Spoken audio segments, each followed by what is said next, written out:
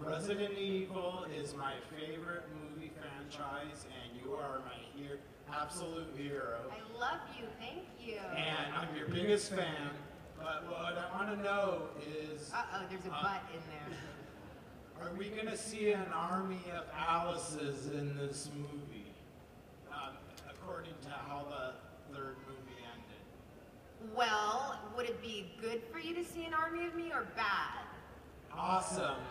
Yes, you will. You will. Thank you. Thank you. An army of Milas in 3D. That sounds good. Next question. C.T. McLean, my question is to Mr. Paul W.S. Anderson. Now, I'm studying film, and I know you talked about the 3D technology. You wrote Apocalypse and Extinction. What else, as a filmmaker, made you want to come back to the director's seat for number 4? A couple of things. I mean, one is making Resident Evil was one of the most fun experiences of my film directing career, and I missed directing Resident Evil movies, so I wanted to have that experience again. And the other is I felt if we were going to make another movie, I wanted the franchise to make a conceptual jump. I wanted it to become a bigger and better movie. I wanted to make the best ever Resident Evil. And the 3D is part of that, but also I persuaded the studio to give us more money than ever so that we could make it a really globe-trotting movie. So we shot in Tokyo, we shot in Alaska on these amazing glaciers, we shot in Hollywood, we shot in Long Beach, we shot in Canada.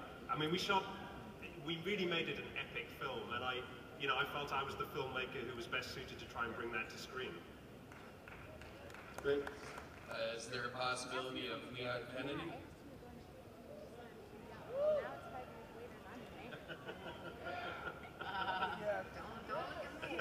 Well, Leon is one of my favorite characters from the video games, and we had a debate as to whether he should actually be in this movie or not. We decided against it, but he's definitely, touch wood, if we were ever to make another movie, I think he'd be a character we'd very seriously consider bringing into the franchise.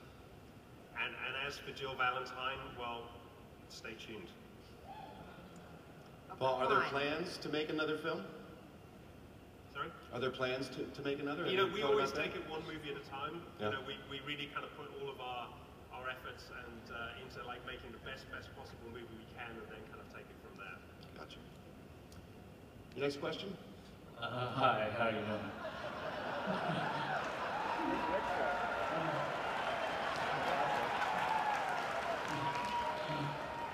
You guys did a ton of your own stunts in this movie, and I was wondering if there's any like crazy, you almost hurt yourself doing any of them, or any cool stories. And Mila, can you say Multipass, please? Multipass.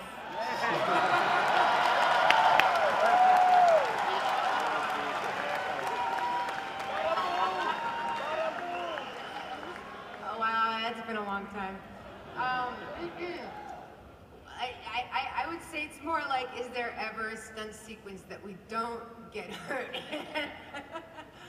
But, we train very hard for these movies, and it has to be so well choreographed and so well timed so that we make it as safe as possible, because obviously every movie we are raising the bar with the stunts and the quality of the stunts, and of course, every time we go into it, we've had the training from the last movie, so we're always raising the level. But of course, you need to make sure that safety is number one.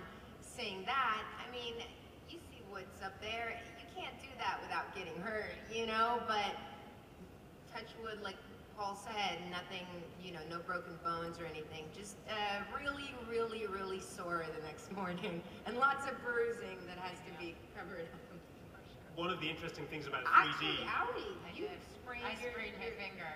I got a little too into one of the scenes. And yeah, I came home with that was a disaster. Yeah, She had to go to the doctor. Yeah. I mean, has for the job.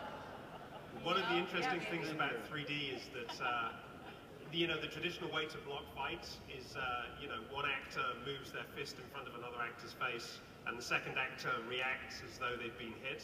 and you line the camera up correctly, and that person's fist comes within 6 inches of the other person's face. It's all fake. In 3D, because you have such a greater sense of depth, that doesn't work anymore. So it means you have to block fight scenes where people really get hit, which means there's a lot more physicality that goes into the fights, and the fights become a lot tougher in 3D. So like Mila said, the girls and boys were going home with a lot more bruises every day. Thank you. No Angelina Jolie compares to you, okay? Okay, my question But Angie rules, so. Compared to you, she never will. Let's not compare, but thank you. You're welcome. Okay, I'm a big fan of Ultraviolet, and my question is if you did your stunts, and if most of it was green screen or you shot in different places. For Ultraviolet? No, I mean like in Resident Evil. Oh, Resident Evil, well, in this one, like Ali was saying, I mean, we did a lot of location work, so that was very challenging because doing stunts against a green screen, is very much easier than doing stunts outdoors. Like when we did Extinction, and we were out in the desert, man, 135 degrees, we're like hung on stunt rigs, like with the coat, I mean, sweating. I mean, it was really horrendous weather, and that becomes such a challenge. So of course, getting into a studio that has air conditioning and, is sort of an isolated place where you have the space and the safety to do things. When we were out in the open, like the wind would start, the dust, and suddenly I'd be swinging 50 feet in the air, like, okay. So definitely in this movie, because of the 3D, we did a lot more stunts against a green screen, and just based on the kind of stunts they were, they had to be done against the green screen so that later Paul could put the background in. So yeah, I think for most of this movie, the stunts were very much green screen, apart from, the airplane graveyard sequences where we were knee deep in mud and our tractors a lot of it was on down. stage, but I mean, the scene you just saw there's no green screen in that. That was all shot on a set. Yeah, shot for the real. scene with Ali and the Axeman dude. What's his name? The Executioner. Yeah, that was all on a stage, I mean, that was definitely not a green screen.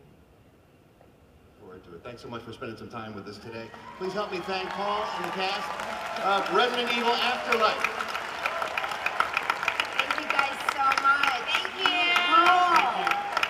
So great to be back at Comic-Con. This time not pregnant. She gets to do it this time. Thanks for coming out, everybody. Big surprise at the end. And let's hear it for our guest moderator from K-Rock radio station in Los Angeles, Mr. Ralph Garman.